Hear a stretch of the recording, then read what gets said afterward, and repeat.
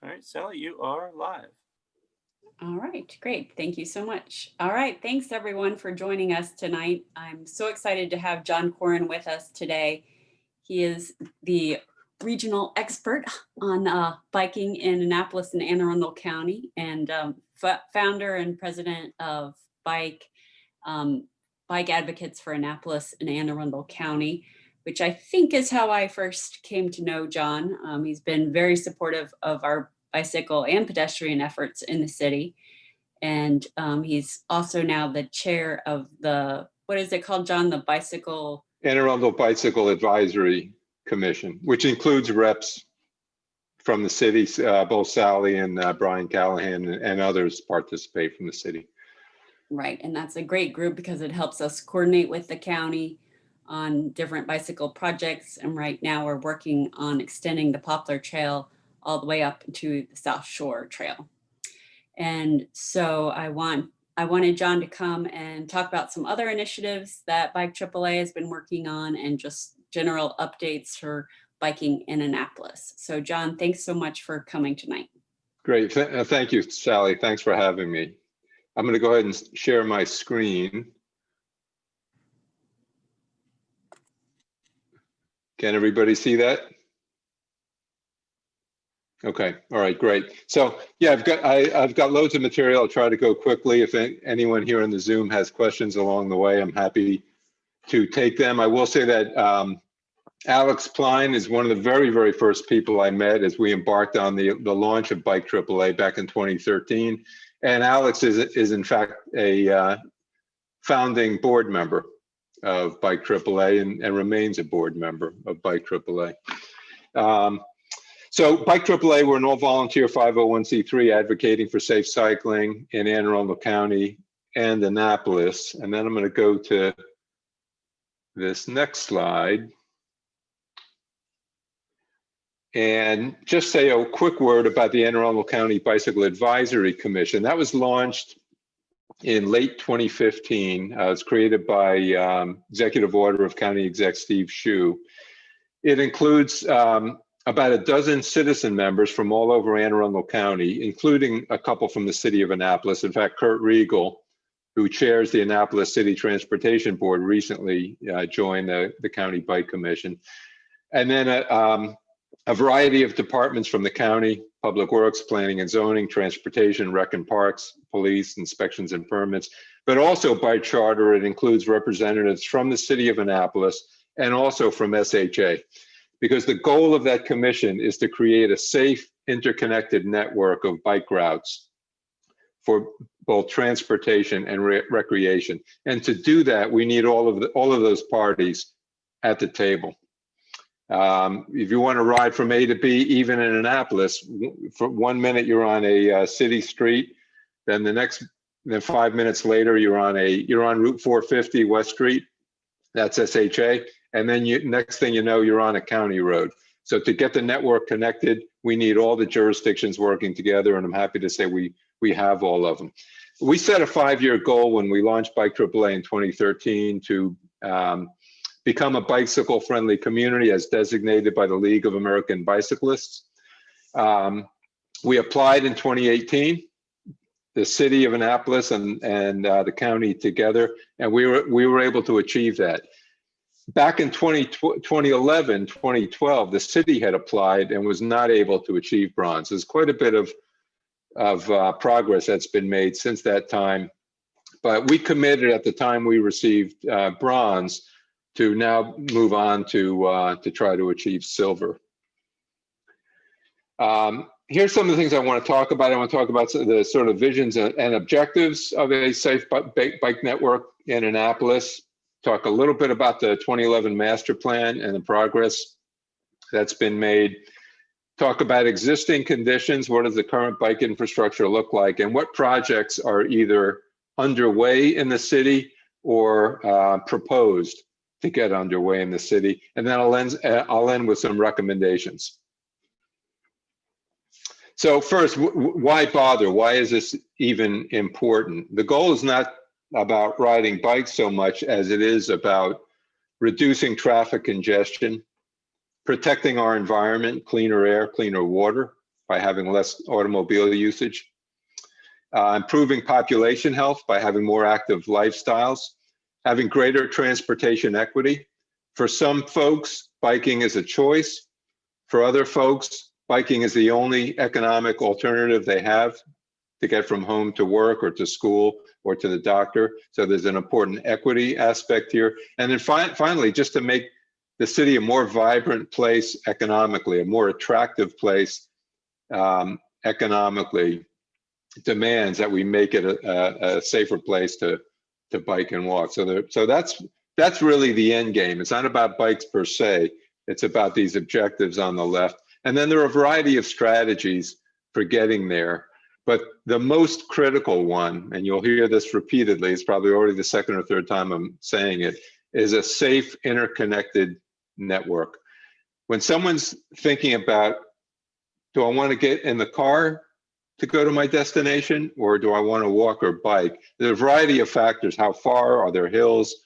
Am I going to be sweaty when I get there? But the most important factor is safety. Am I going to feel safe along the route? And so their decision is only as good as the worst segment that they've got to bike on. So if they've got a nice comfortable section on neighborhood roads, and then maybe a little section on a trail, but then they've got to get on West Street, or they've got to get on Forest Avenue, they're just not going to do it, most folks, because they're simply not going to feel safe. So we need a safe, interconnected network.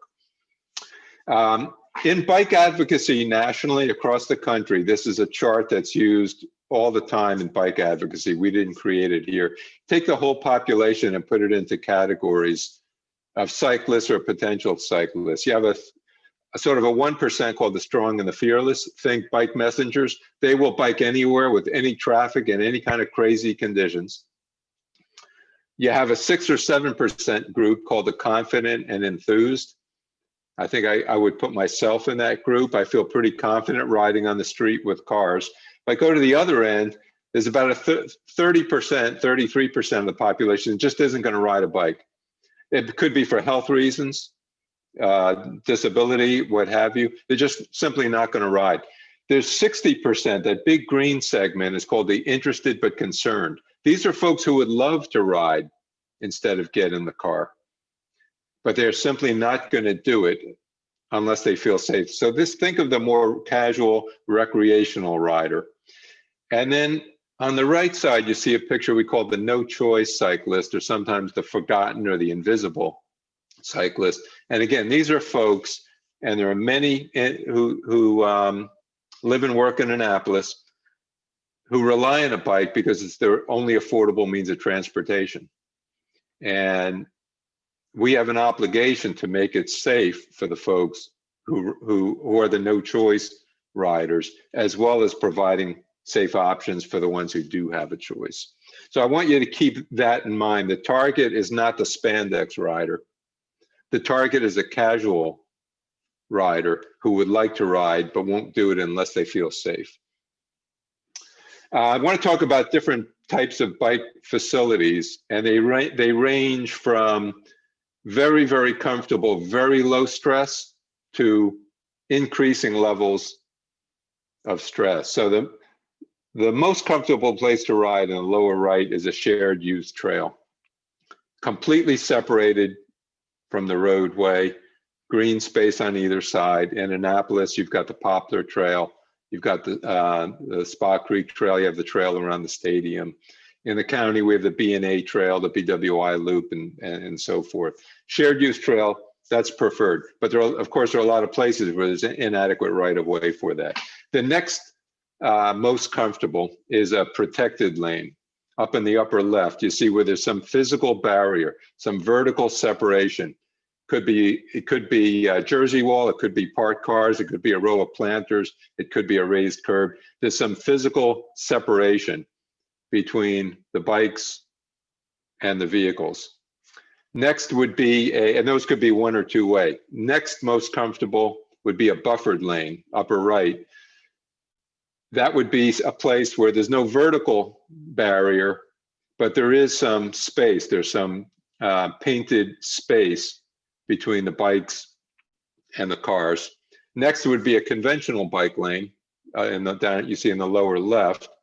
And we have these in Annapolis, Hilltop, Edgewood, even downtown. We have some. Part of Church Circle has a bike lane now, so there are a handful of bike lanes like you see in the lower left. Here, there's no separation but a stripe, and then the least comfortable is called a sharrow. That's just where there's a bike emblem with a chevron, the arrows, and we have a variety of those in downtown Annapolis, thanks to a grant that Eric Evans of the Downtown Annapolis Partnership secured, provided the money to the city, and the city placed sharrows on a variety of downtown streets, King George Street, Compromise Street, College Avenue. There's a variety of streets now that have sharrows. So those are different types of bike facilities. There are other things. There's certain types of signage. There's bike signals that you see in certain cities around the country. So there's other types of bike infrastructure. The sum of all these things are what make for safe networks. So that's just a quick bit of background. Now, in 2011, Annapolis created its bicycle master plan, and you can see on the left side, it calls for a network. You see all of those lines, and they're all continuous, and they're all connected to one another. But on the right side, you have what was the existing conditions back in 2011, and what you see is a bunch of segments that are not connected. Unfortunately, not a great deal of progress has been made since the 2011 master plan. Let me show you current conditions here. The Baltimore Metropolitan Council, which is the regional transportation planning agency for the greater Baltimore region, includes Baltimore City, Baltimore County, Harford County, Howard County, Anne Arundel County, City of Annapolis. They developed a bicycle GIS, a bicycle mapping system that gets updated. In fact, it's in an update cycle right now. It shows where all of the existing bike infrastructure is. So this here, I just took a screenshot of the greater Annapolis area.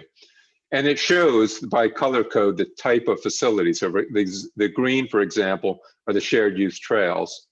The red are bike lanes, the orange are sharrows. So what you see here is segments here and there. So there are some safe places to ride, but you can also see there's loads of gaps. They are just not connected to one another. The ones that have been added more recently, you see in this sort of center right, Victor Parkway. Alex was a champion for this, to get that fence removed and open up Victor Parkway so people don't have to go ride down Bay Ridge to Forest Avenue to get out to Bay Ridge, or to get to the shopping center at the Giant and so forth. Small, but one that helps open up a network. Chickapin Round Road got bike lane markings on most of it, not all of it, during a repaving project. The downtown sharrows that I mentioned earlier from the downtown partnership. And then the city also marked some bike lanes on a section of Calvert Street, section of Northwest, and a portion of Church Circle. Those are all shown on the map here, but you can still see we have yet to really have a network where all of this is tied together. Here, I'm showing you kind of a preview of a vision that the county has. This is something that Bike AAA, together with Bike Commission, have been working on for a couple of years. It's a vision for a complete trail network, which you see as a hub throughout the northern half, think north of Route 50 of the county, and then it has several spokes to it, and then lots of other little connections to neighborhoods and to schools and libraries and so forth. Shown in green is what exists. So, for example, the big section of green there along the right is the B&A trail. The BWI loop trail around the airport up top, of course, that exists. The South Shore Trail one day will connect Annapolis to Odenton. We ribbon cut phase 1, which is shown in green there, just to the right of where it says WB&A is phase 1 of the South Shore Trail. The orange is planned. We believe we've just secured a grant to construct phase 2 of the South Shore Trail. And then we've got the WB&A Trail, which goes from Odenton down to the PG County line of the Patuxent River. We have construction money lined up to build a bridge, hiker-biker bridge over the river to connect to the existing 4-mile WB&A Trail in PG County. We have the Broadneck Trail out to Sandy Point. But you can see in yellow, we've got gap areas. And that includes gap areas in the city of Annapolis. So I'm putting this, I want to put this here in the context that what we do in the city of Annapolis is important locally for Annapolis, but it's also important in the context of this county-wide network. And you can see to the left of this chart, it's also important in the context of national networks. So for example, the East Coast Greenway is a 3,000-mile route from Calais, Maine to Key West, Florida, 3,000 miles, comes right down the B&A Trail, comes right through City Dock. In fact, there's East Coast Greenway signage through the city of Annapolis. So it's part of a 3,000-mile north-south route. The American Discovery Trail is an Atlantic to Pacific coast east-west route that also comes right through Annapolis. And so you've got local requirements, you've got county, regional, and this is all part of a nationwide network as well. So if you weren't already feeling some pressure, hopefully there's a little bit more for you.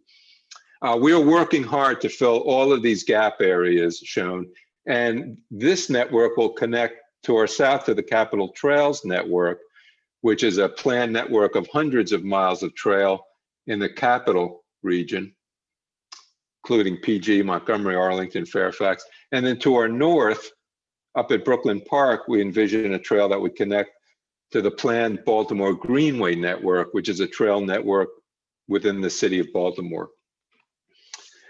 So let's talk about trails for a moment. So in the city of Annapolis, you have really 3 trails, and then you have the South Shore Trail, which is a county trail, which sort of just comes to the outskirts of Annapolis. And again, keep in mind, trails are the most comfortable place that will attract the most people to biking and walking. A lot of people go on trails that will not go on an on-road bike lane. So the network I just showed you includes trying to connect, for example, the U.S. Naval Academy Stadium to the B&A Trail, to the Poplar Trail, then get the Poplar Trail connected to the county's South Shore Trail, and so on. So you can see we've got some bits and pieces, but again, getting them connected is the key theme here. The we, which Mayor Buckley loves to talk about, and has even taken folks on bike tours of, is a vision for a trail network that would go from sort of where the B&A Trail effectively ends at the foot of the Naval Academy Bridge, a little somewhat through downtown, use the Poplar Trail, and then continue out to meet the South Shore Trail, and where it would, that would continue on for sort of from Anne Arundel Medical Center, ultimately out to Odenton. It would also connect to the Waterworks Park off-road trails, which are outside the city limits, but are, of course, city property. So that's the we. Here in yellow and coded by A through H are critical gaps in the network. And then I'll tell you a little bit about what's going on to try to close some of these gaps. So A, that's from the foot of the Naval Academy Bridge to King George Street, and then also to the Naval Academy Stadium. Now, it's absolutely criminal that I can ride a bicycle from Linthicum, Maryland, about 20 miles north of Annapolis, all the way around the BWI loop, down the B&A Trail, over a nice big bike lane on the US Naval Academy Bridge. And then when I enter the capital of the state, then I have nothing. Then I'm just out there with the cars. As soon as I enter the city of Annapolis, I'm just out there with the cars. We requested, the city, the county, Bike AAA, and importantly, the US Naval Academy, requested that SHA do a study of that area because it is their road. That's Route 450 coming over the bridge, going around the bend to Taylor and then making the turn to King George. SHA has done a very good study. They just completed it. Brian Callahan's working on setting up a meeting to reconvene our group. SHA briefed the County Bike Commission on it. They've developed some options. So it's just at the top level of feasibility study. We've got to get from there to working out some right-of-way issues and then getting to design. So really, really important area. At least some study work is underway. I'm going to jump now to H. That's the westward extension of the existing Poplar Trail to get it to meet with an existing side path along Route 2. If you think Double T Diner, there's a side path in front of Double T Diner that goes over to under 50 and over to the hospital. That connects to the very, very beginning of the South Shore Trail. If you know the little trail that goes behind the Sajak Pavilion parking structure, I think of that as phase 0 of the South Shore Trail. That will ultimately go all the way out to Odenton.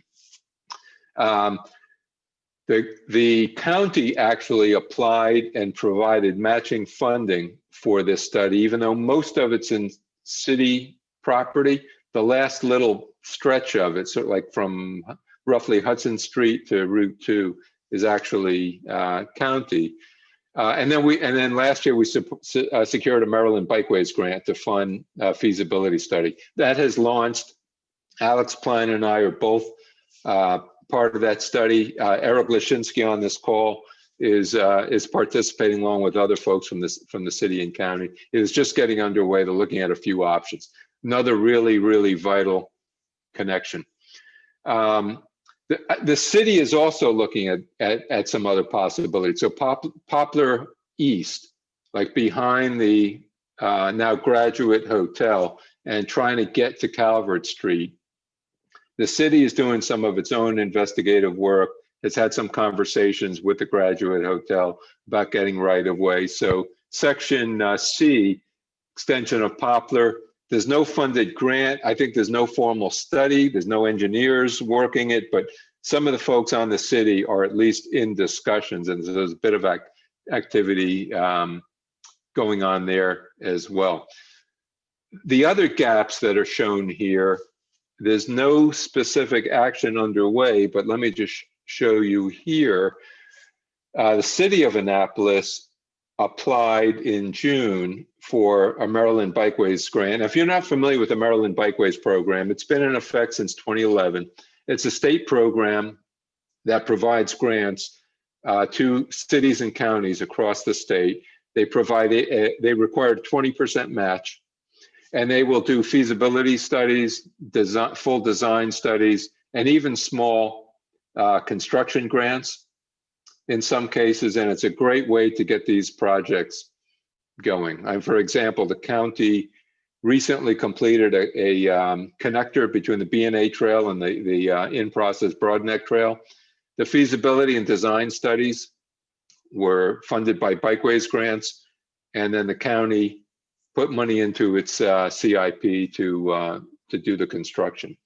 So we should hear in the next several weeks, we should hear by mid-October or so whether or not we got this grant. This grant is to do design work to fill gaps in each of the areas shown.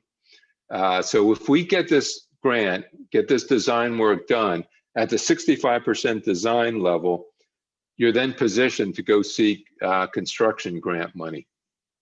The county gets millions of dollars almost annually from the Transportation and Alternatives Program. That's a federally funded program that's administered by the state and by the Baltimore Metropolitan Council for trail building.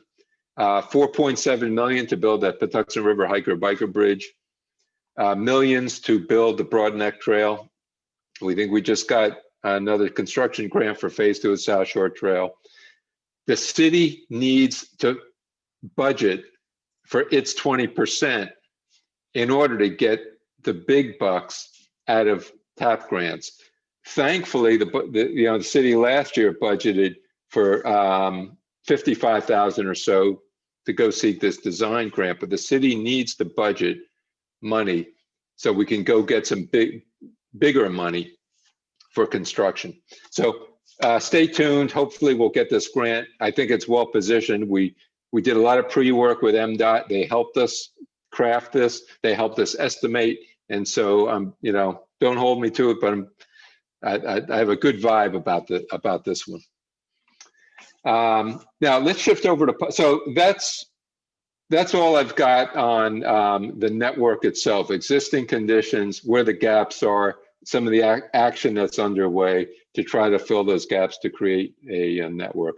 There's also a variety of policy steps that the city can take to try to make more of this happen. So for when development is going to happen by private developers, what policies can be in place to help assure that they do things to help enhance this network.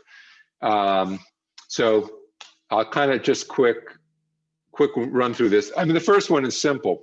Just use us, call on us, let us help. We will engage, we will give, you know, eyes on the ground. You know, no one knows the city of Annapolis better than Alex Klein from the view of a bike seat. So engage us, we'll help go for money. We craft out of that grant proposal that I just showed you. So definitely engage us. Bike ped planner position. The city used to have, so many of you remember Ian Banks. A fraction of Ian Banks was bike pedestrian planner. After Ian departed the city, was really never replaced. So it might be a big ask to say we want a full-time bike ped planner in the city, but assign somebody. And I don't know if it's in planning and zoning or public works or, you know, office of transport, where to put it, but designate somebody and budget for it. So it's not just other duties as assigned, budget at least a fraction of a person to be the bike ped. So if someone's coming to work every day worrying about this stuff. We made that recommendation to the county. They created the position. Tanya Asman, who worked at planning and zoning for the county, is now for the last 3 years or so has been the full-time bike ped planner in the county's Office of Transportation.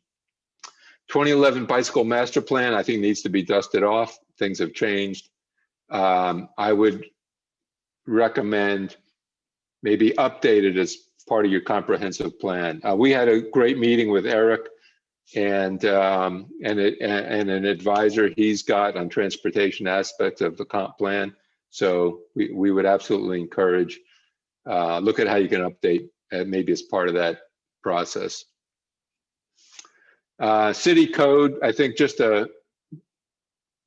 I'm not steeped in it, but just look at it. Where can enhancements be made to the code to help make this happen? Complete streets. The county has a complete streets policy. Complete streets has not been implemented in code. The Bike Commission just recommended to the county that they get a complete streets bill before the county council. Former Councilman Trumbauer, who was a sponsor of the Complete Streets resolution passed in 2014, is actually now acting head of the land use group for the county, and we hope to see some movement there. APF regulations is another place. APF transportation is another place to look. So, you know, a host of policy actions that I think the city, excuse me, could take. A couple of additional things. Let's see, bike ped planner. We talked about the budget process. Again, I think the CIP needs to have more in it that focuses on, I'll just call it active transportation, biking and walking. Low-hanging fruit, oftentimes during a repaving project, sometimes you can adjust center lines and stripes and so forth and provide some bike accommodations. It's the least expensive time to do that if there's that adequate road width. That was, again, done on Chicopin Round Road. The county has a process for identifying roads that are up for repaving that get bike accommodations added. An open streets event. This has been an active discussion, but we just haven't gotten action here. This is where we would map out a route, and let's say on a Sunday morning, maybe from 8 a.m. to noon or 1 p.m., we would have some partial road closures. I prefer not full road closures because I prefer to show a demonstration of how cars and bikes and pedestrians can all coexist if we do things properly. But have a route, make it a fun event, get the restaurants engaged. Downtown Annapolis Partnership would love to do this. Bike AAA would support it, but we would need the city to lead it. It's a great way to just do a demonstration of what a network like this could look like and how many folks it would attract. Bike share, we've had for 2 years now or so the Zagstra Pace bike share. They are folding up. I know the city is considering other options for micro-mobility that might include bike sharing as well as scooters or other micro-mobility devices. Let's get that process going. We're going to put an RFP out, what have you. Again, we will work with you. We will be your partners. We'll help identify the best locations for stations, and so forth. So I'm gonna stop there and open it up for comments, questions.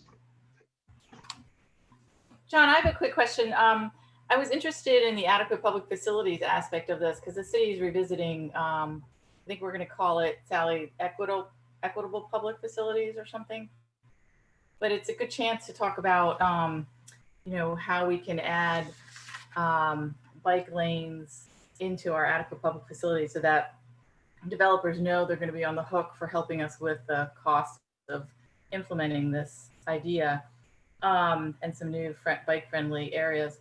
But did you, when you were going through the different types of people who use bicycles, you said that there was a section of people who really use it because they have to get around.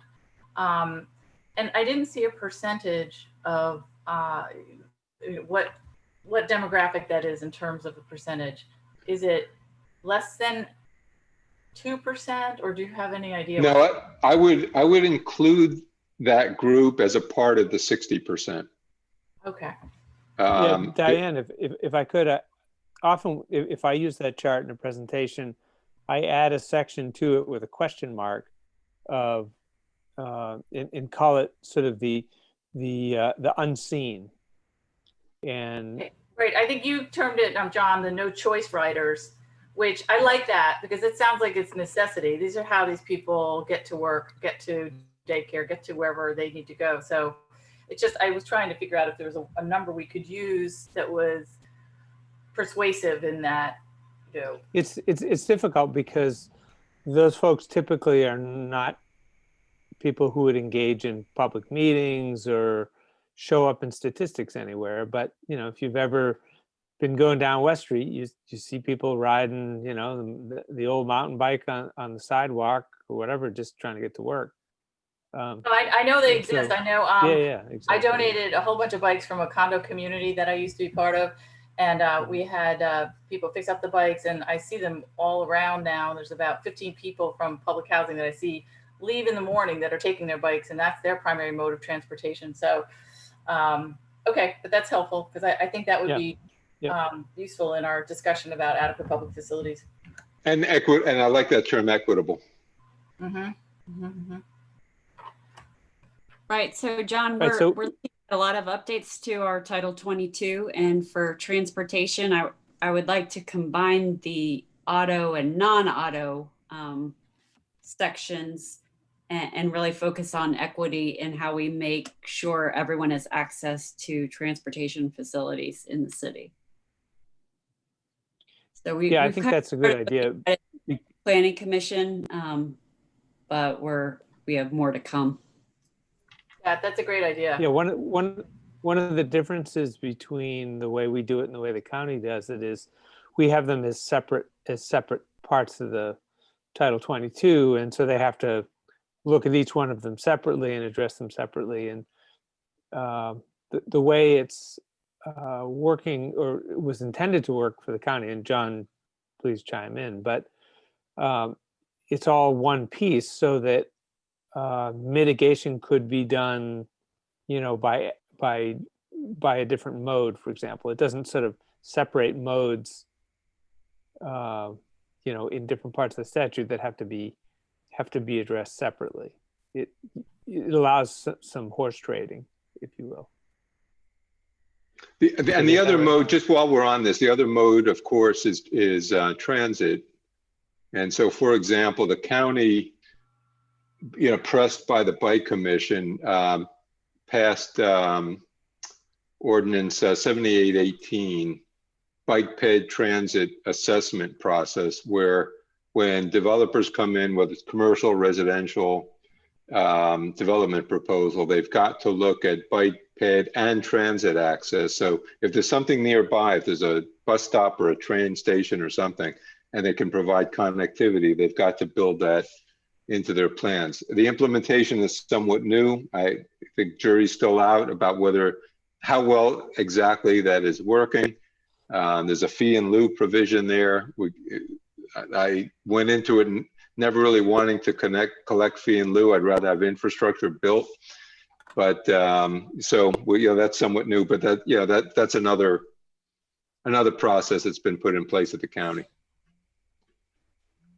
And John, I would just share that I know that the City Public Works Department is actually working on updating the city's streetscape design manual right now, and they're starting with the counties and figuring out ways to improve on that. So I imagine that that component there's probably room for improvement there in the Feely. And the county is in the process of updating its road design manual to address all the modes. A document I would point you to is SHA recently released something called context sensitive design, that rather than just having like urban and rural, it's got, I think, six or seven different categories, from like urban core to urban to suburban to town center. It's got all these categories and talks about doing design in a way that's appropriate for the context of the area that's being done. That would be a good thing to look at as you look at your design manual. Who's doing that, John, did you say? SHA, the document is out. It's a pretty nice document. You'll find it online. I think if you Google Maryland SHA context design, okay, you'll find it. Yeah, I mean, state highway agencies around the country are I think it's the national trend to sort of make the urban the urban context roadways more appropriate for that context. That's been a shortcoming just about everywhere, I think, and with state roads, not just in Maryland.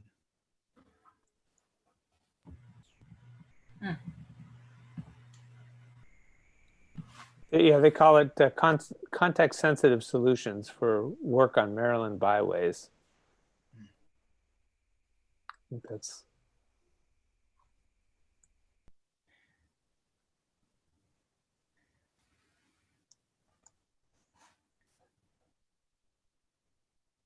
So I have a little. Go ahead.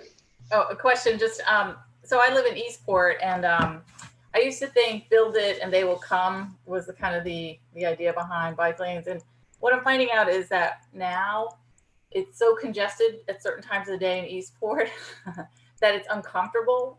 If you have a choice of going from point A to point B by car, now I know I automatically think this is easier to do by bike. And I'm starting to see more of my neighbors do that.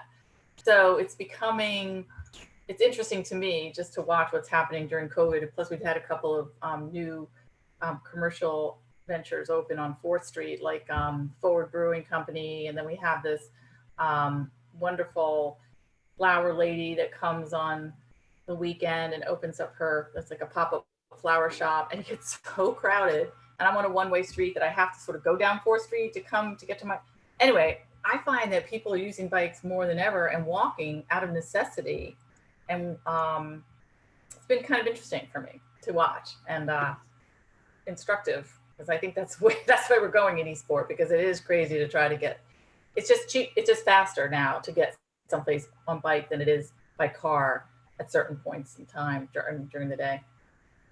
Yeah, I mean, the demand is so up. It's just destroyed the global supply chain for bikes. I mean, you can't buy a bike right now at a bike shop unless you want to spend over $3,000, on a high-end mountain bike or something. It's pretty unbelievable. But what I can't tell is whether my community likes it or not. So I'm young and youngish and healthy enough to hop on a bike, no problem, to run to Eastport Shopping Center and back if I just need to pick up something quickly. But there are a lot of people that are they're never going to get on bikes. And I feel like we're leaving them out, but I don't know what to do exactly. So one thing that's so important for them to know is that even if they choose to get in a car, the fact that you chose to get on your bike is delivering value to them, because that's one less parking space, that's one less car that's clogging up the road and the water and the air. So even if they choose to continue driving, they need to realize that if more people are biking, it's taking up a bit of traffic. It's making their driving experience a little better. It's also making it safer. I mean, there's been all kinds of studies have shown you have more in an area where there's more people walking and more people biking, safety goes up for everybody, because the drivers get accustomed to watching out for people on bikes and people walking. Everyone's watching out is getting more used to versus, oh my God, what's a bike doing here? Right. And so it actually improves safety for everyone also. So there's a value proposition even to the folks that continue to drive. Mm-hmm. Yeah, I tend to think about it as there's like a ladder of trips that you're willing to do. Right now you may only be willing to go quarter of a mile, half a mile to a store. That's like one short trip that you're not doing in your car, but you might evolve to doing a slightly longer trip by bike. I think even just having folks take those half-mile trips by bike makes a huge dent. It is. And I would like to say thank you to Alex, because I would never ride to the Giant before, but now that I can go down Victor Parkway and through and across to the Giant, it's just, that's something I'll do now easily. Plus it's opened up my, my biking experience I do the Bay Ridge Loop and Thomas Point Park Loop, and I've gotten some of my friends to do that. So that's pretty awesome. And it's not a big deal. I mean, maybe it was a big deal to get it open. I don't know, Alex, what your experience was, but wow, that is the kind of thing, when I read the Strong Towns or listen to those webinars, they have such high impact on the community. And they're such, I don't want to say little investment, because you can now tell me that you've spent, years of your life working on it, but. Well, I mean, it costs virtually nothing. A little bit of pavement and a little bit of effort to take the existing fence down and put a couple bollards in, but it's greatly. And they made the bollards removable because as every now and then something happens on Bay Ridge, and that's the only way in and out. Now you've got an emergency, pull the bollards out. Now there's an alternate for emergency vehicles. Right. Another one like that is that. Go ahead, Alex. Oh, and just building a little bit on what Eric was saying about the distance of trips that you might be willing to take, and also the number of people who might be willing to get on a bike. As as e-bikes become more popular and the prices come down, that what we're finding is for people who typically would ride, a non-electric bike, e-bikes have just essentially extended the range they're willing to go. But also by the same token, for people who, are not super fit or don't want to sweat or, whatever reason, it's a way to be able to ride a bike with a little bit less effort. And, the prices are coming down now to the point where, it's a little bit of a premium, but not what they used to be. So I think that's, those prices are only going to improve. And I think that's really going to help. There's also an affordability benefit. I know you guys talked before we started, we're talking a little bit about affordable housing. If for many families, transportation is the second biggest fraction of household expenses after housing. And if they can live without a car, or let's say with one less car than they might otherwise have, that's a huge difference without subsidy of making Annapolis an affordable place to live. So that's an important angle. There's another little cut through, there's a cut through the Ceremony Coffee on Russell Street. Yep. Yeah, it's another like unofficial, semi-official cut through, just like the Graduate Hotel parking lot is another like unofficial cut through.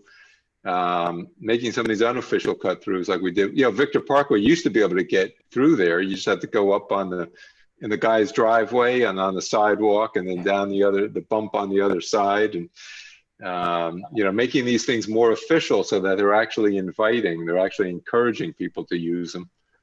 All these things make incremental difference. Some of the criticism that we do get from the public about bike infrastructure is that you're not going to replace the trip somebody's making to go to work in Washington or Baltimore, and that's very true. Only nutballs will ride their bikes all the way to Washington to go to work. But if you look at a lot of the traffic patterns around Annapolis, there is just while there are a lot of egress ingress to commute to other places, there is a lot of churn traffic. People going to the gym in the morning, doing all kinds of stuff of just driving across town. And it's that kind of traffic that we really need to make it easier for somebody not to take a car. And so again, when the idea is not to get people out of a car because they're going to Washington or something, but for around town stuff, if it's really easy to do that, and as Diane said, often it can be, especially if downtown's all messed up because people are cruising, it can be a real time saver too, especially because you don't have to worry about parking. So it's typically if I'm coming from West Annapolis down to a meeting at City Hall, it takes me 2 minutes longer to ride my bike, and I park it right out front. Don't have to pay for parking. So John, do you have like top two or three things that we can do in our comprehensive plan to further your goals? Well, I'd say one of the things would be to look at the land use policies and be sure that the land use policies are synced up with the transportation policies in order to create more places where you can live, work, play without daily use of a car.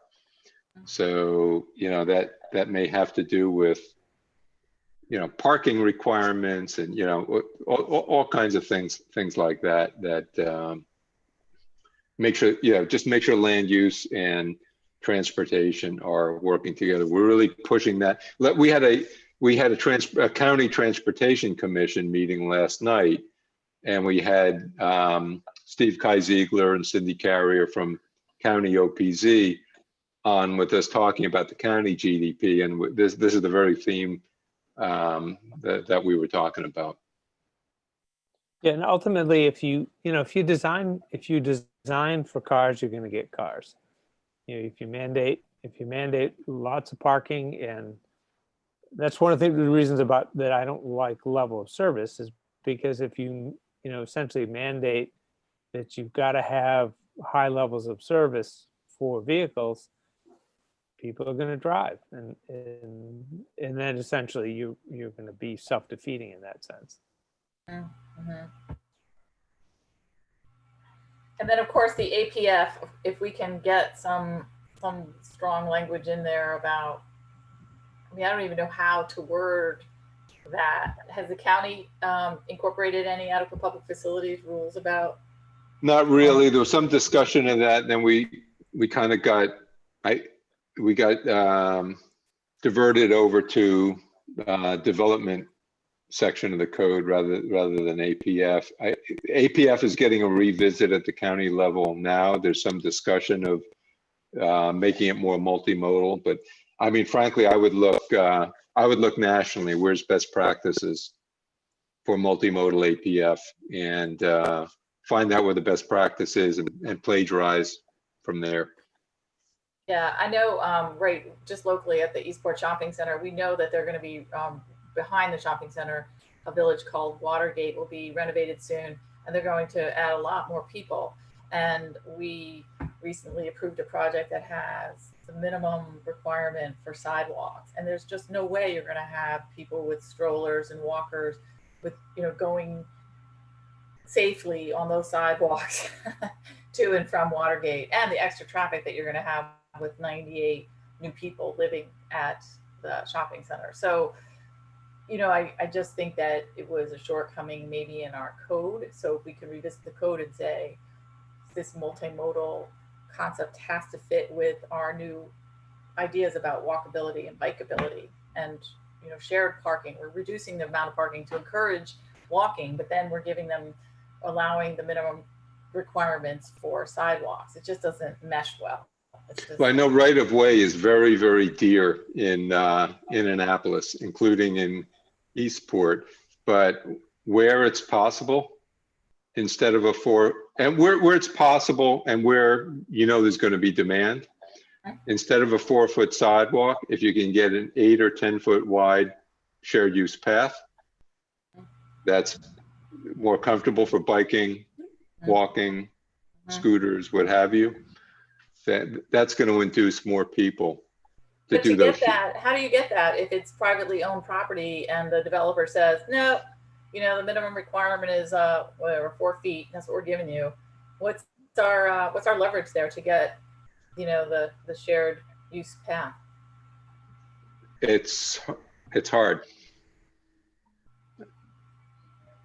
Right. And it's hard to get it continuous. You know, it's one thing you say, okay, you know, develops, I'll do it on my frontage, but if it's never ever going to connect to anything, then, you know, so where you can get it as part of a network, then I think it makes sense. And again, where you can get the right of way, which I know is hard to get in downtown and Eastport.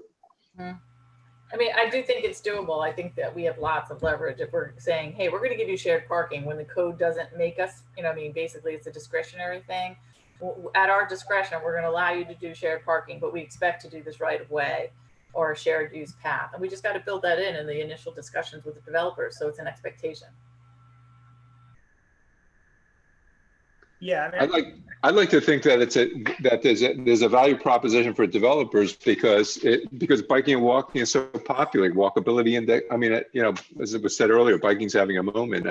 I'd like to think that they would believe they could sell their units for more money if they can demonstrate bikeable, walkable community. Right. And maybe that's on us to make it to market, help them understand that market is growing and will increase the value in their units. You know, maybe that's something we have to get better. I mean, it certainly helps when, you know, more and more projects are located close to existing bike infrastructure, you know, so then it's not as hard of a sell, you know. I think the city has lots of leverage, you know, in these, but certainly makes the argument when, you know, you're in close proximity to an existing connection and you can extend that. But so, and it's, I mean, what I'm saying is I think the more we can expand our bike network to more parts of the city, you know, based on starting with the 2011 plan and prioritizing those gaps, you know, I think it's just gonna make the case. But Yeah. And I like the idea of having at least a half person dedicated to this, you know, pedestrian planning in our planning and zoning department. But I don't know how that works. You know, the planning commission doesn't have a lot of say in staff development or staff hiring. But Eric, if you want to volunteer, we'll back you. Well, I'm definitely interested in this component of my job. It's not the only part of my job, but it's something I'm definitely prioritizing in the comp plan. Because transportation impacts so many aspects of quality of life in the city and the functioning of the city, economic development, and so forth. It's an easy argument to make, and I think there were lots of great recommendations in the 2009 comp plan and in the 2011 comp plan, bike master plan, and so I'm just trying to figure out some strategies for realizing these I don't think there's like a lot of new recommendations. It's just more of how do we implement, and so part of it is better coordination, and I think I'd like to start working closely with Public Works and make sure that we have good coordination there. And Yeah, to a certain extent, I don't know that it's so much of a coordination problem. I think a lot of the players here between the different departments are talking well about these things, but it's to me what John and I have found mildly frustrating is that there's just not a point person. There's a bit, somebody over here is responsible for this piece, somebody over here is responsible for this piece. And that's what a bike ped planner, who's, as John put it, whose job is to worry about this every day when they come to work, to be the point person to manage grants, to be the focal point for coordinating these things. Right now everybody's got a piece of the pie, and it's not always clear, who's driving the bike, if you will, riding the bike. Not driving the bus. That's definitely We know who true. drives the bus. We just need to know who rides the bike. there's So. definitely That's definitely true. We were Yeah. actually talking about that the other day. Like, who's in charge of this? Right, and it's. I mean, the good news is we have a lot of people who care about it. Including the folks that Sally and Eric Borchers and Betsy McCowan and Brian Callahan. There's lots of people who care, but it's different to have it as your part of your official responsibility. Right, and it's easier to do obviously in larger jurisdictions where there's more staff. That's a little easier thing to do. I appreciate the spot that the city's in, is that it's only so big with only so much staff and more on their plates than they can handle. So anyway, it's a tough issue. Sure. So how you do this is you have a Zoom call, Sally, and you have your whole staff, and whoever doesn't come to the Zoom call, they're not there, they're it. No, I'm just kidding. I know there are several people interested. It probably will be difficult to figure out how it'll work. But one of the things we implemented as Bike Commission, this was even before we had a county bike ped planner. The first question I asked as chair of brand new commission is, what's the current inventory of bike infrastructure in the county? Where is it? What category? How many miles of bikeways? And when I say bikeways, I mean all those categories: shared use path, bike lane, sharrows. How many miles have we got in the county? Nobody knew. So who knows? We know, the cyclists know. We did our own inventory of all the existing. We counted up about 54 miles in the county. And when I say in the county, I mean geographically in the county. That includes City of Annapolis, that includes SHA bike lanes, 54 miles or so. Today, we have about 81 miles. So we know we've added about 26, 27 miles since we launched Bike Commission. What's in the pipeline? What's in study? What's in design? What's in construction? What's in the pipeline? What can we expect each year? So just having a tracking sheet where somebody's minding that things are on a schedule. Somebody's asked, and by the way, even in the Move Anne Arundel plan, which is the strategic transportation plan for the county, there are specific metrics for adding miles of bikeways. There's specific metrics for changing mode share in the county overall. So for example, reducing the percentage of single occupancy vehicle trips in the county. We have a specific quantified goal to reduce SOV trips in the county as a whole. And then we have more specific numbers in the town centers. So in Odenton, Glen Burnie, and Parole town centers, where there's a little more concentration, where you ought to be able to get that number even better than countywide. We have goals for that. So, you know, I would take a good hard look at Move Anne Arundel. I think it's got some good stuff in there, especially the performance metrics. Yeah, it's those performance metrics that I think we, I mean, as a newbie to the planning process, struggle with, because we've had these laudable goals in the past on different issues, but without those really specific, you know, standards or metrics, we just don't get there. I mean, there's a lot of goals that we didn't even come close to touching from our 2009 plan. But, you know, how do you mandate any of this? It's really hard. You can just set out these policy guidelines, and then it's really, seems like the political will of whatever administration is in office at the time to decide whether they're going to implement. I mean, it does help to place responsibility to the recommendations. It's not just so it doesn't just fall on one person. You know, you have a bike ped planner, it helps. You know, they can take on a fair amount, but you can distribute the responsibilities to various stakeholders. You know, within city government. You know, between departments, and I mean, I think that helps a lot too, to be clear about, you know, who's really kind of shepherding these forward. Yeah, that's what I've seen in other plans. That works pretty well. Mm-hmm. So if you have a goal and you don't have anyone responsible for shepherding that, you know, to reach that goal, chances are it's not going to happen. Well, I mean, it's hard to say, but yeah, I mean, it definitely helps. Yeah. It you know, ultimately falls on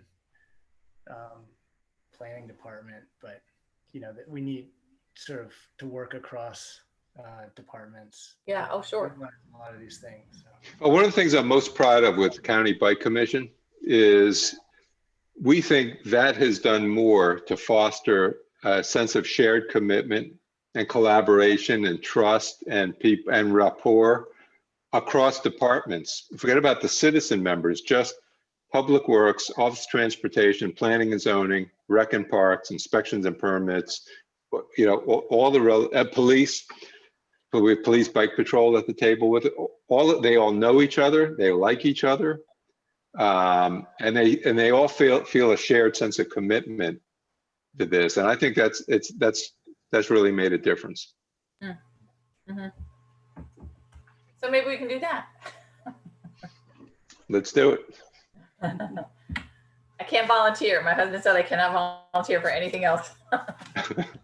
Well, in general, you know, I think the city transportation board can play that role, and you know, we have to, with Kurt being the chair now, we have somebody who's very interested in playing that role. And he did come to the Zoom meeting, so we have find to, it. Yeah, right. We can assign him the task, right? No, but I think that's the sort of the city equivalent of the County Transportation Commission. And one of the things when I was on the transportation board, one of the things that I was perpetually frustrated with is the lack of interest from city staff in that board's activities, and you know, maybe that reflected the situation at the time. You know, I'd like to think it's a different time now, but I would like to see more people at the table there, like in the County Transportation Commission, where you have more staff interest in what's happening in that board, rather than just a bunch of citizens talking around things that they think would be good to do. Oh, And you've got Carol Fleck, who I had to go through my mental gymnastics of banjo. Oh yeah, Fleck. That's it, Fleck. Carol Fleck, who just joined the transportation board. and works at University of Maryland College Park in their bike and walk program. Wow. So she's pretty passionate about this. I did kind of a one-on-one mini version of what we did tonight with her a few weeks ago. Yeah, I know there are a couple people just waiting to be appointed, like Elvia Thompson. She can't get appointed. She's been in the queue for several months. So maybe we just need to make a little bit of friendly noise to make sure we maybe get that completely not staffed, but get the people who want to be on the committee. Because I heard they weren't necessarily going to meet, or I guess they just did. But someone said that until they get these people appointed, they weren't going to meet. So hopefully, do you know, Sally, if that's happened, if the appointments took place? I don't know. But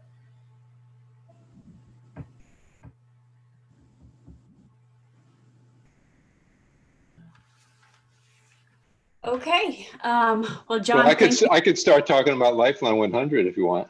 Oh, yeah. Well, I'm surprised you haven't mentioned it. October 3rd, 2021. we'll miss it this year, but we'll look forward to it in 2021. And well, I want to thank you again so much for coming to talk to us and for this presentation, which is on YouTube and recorded. So I'll make sure to post the link so people can watch it again and again. And also just thanks. You've always been such a good resource for us in planning and zoning, and so helpful for all our attempts to get something going for bicycling, and not always successful, but we wouldn't be anywhere, I think, without you. So thank you so much for all your help over the years. Well, thank you, Sally. I mean, you've been a great part. You've been our go-to in the city continuously since I got involved in this stuff. So we appreciate the partnership with the city. All right. thank you. All right. Good night,